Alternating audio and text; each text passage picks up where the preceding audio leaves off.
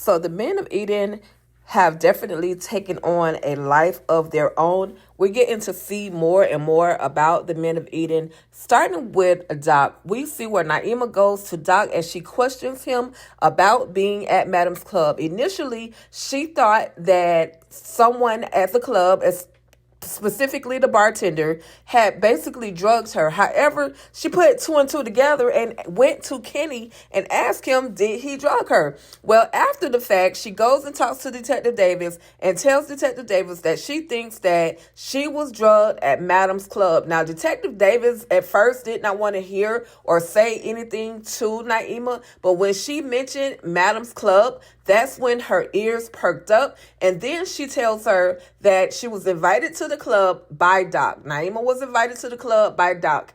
And Doc also brought her a drink. So she's thinking that Doc is the one that actually drugged her at Madam's Club. Now, why he drugged her, Naima is still confused and trying to figure that part out. But she does feel like Doc has something to do with her being drugged at Madam's Club. Now, Detective Davis is probably trying to put two and two together to pin this all on Madam, but then she starts getting a little inquisitive and starts questioning, well, did you sleep with Doc? And she's like, no, I didn't. She basically telling her, no, I didn't do all of that. I went to the club and I was given a drink by him, and I was out of it after that. So we're going to see how much further Detective Davis is going to take all of these allegations about Naima being drugged, how much further she's going to take it. Because also, Naima has lost her job, and at this point, she's really just trying to clear her name. So, of course, Madam is kind of on Midnight's case. Why didn't you tell me about you getting arrested? Why didn't you call me? And he said he wanted to handle that situation himself. But then we see Tommy. Tommy had to be bailed out as well. Y'all know Tommy got locked up for contempt in court. He was on the stand talking about your mama, talking about D.A. Roz's mama. And so, they locked him up for contempt in court. But Madam, of course, waited for Tommy and she got him out of lockdown, okay? So then, you guys, we're going to see where Babyface as well as Midnight are discussing Babyface's knee problems. And he said, do you think your doctor that helped you with your problem downstairs, do you think that he could help me as well? And he says, basically he's not really sure, but he'll definitely give him the information. He wants to do that versus taking all those cortisone shots because the doctor doesn't even want to give him another cortisone shot.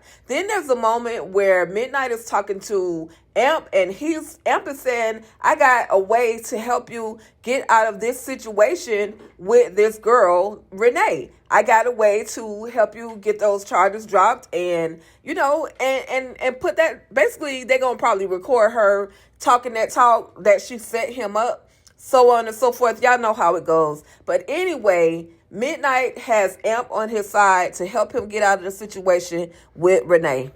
Now, if you're looking for Q, don't even worry about it. He's down in between Miss Tandy's legs, okay? She's on the phone call trying to get Madam's land declared eminent domain. And in the midst of that, she is literally getting pleasured by the one and only Q. Yes, Babyface, you have lost your job to your son, bruh. And your safety net is about to be out the door. So anyway, we see Fuego. And Fuego receives a knock at the door. And it's the police. And I'm like, oh my God, they saw them. They saw them. And Fuego is thinking the same thing. Oh my God, they saw me. But, he remains calm. He remains composed. And the reason they are there is because the chick that lives upstairs is missing. Or it has nothing to do with Fuego and D. They're looking for someone that lives upstairs. The lady has been missing for a couple of days, and there's also some commotion that went on. So Fuego is going to live to fight another day, y'all. My man was so frustrated. He was so flustered by this whole situation. Poor Fuego. He is just trying to not get caught. I hope he doesn't tell on himself or out of guilty conscience. Y'all know he is not for the streets. I'm just saying, Fuego is not that guy. He's a college kid. He's a college guy. And, doing the things that he did is really not him. So anyway, y'all, that wraps it up for the Men of Eden from this latest episode, U.N.I.T.Y, from season 4. Let me know your thoughts in the comments. What are you thinking about the men of Eden? Okay. All right, y'all. That's about it for now. Thank you so much for tapping in. I absolutely appreciate you. Talk to you soon.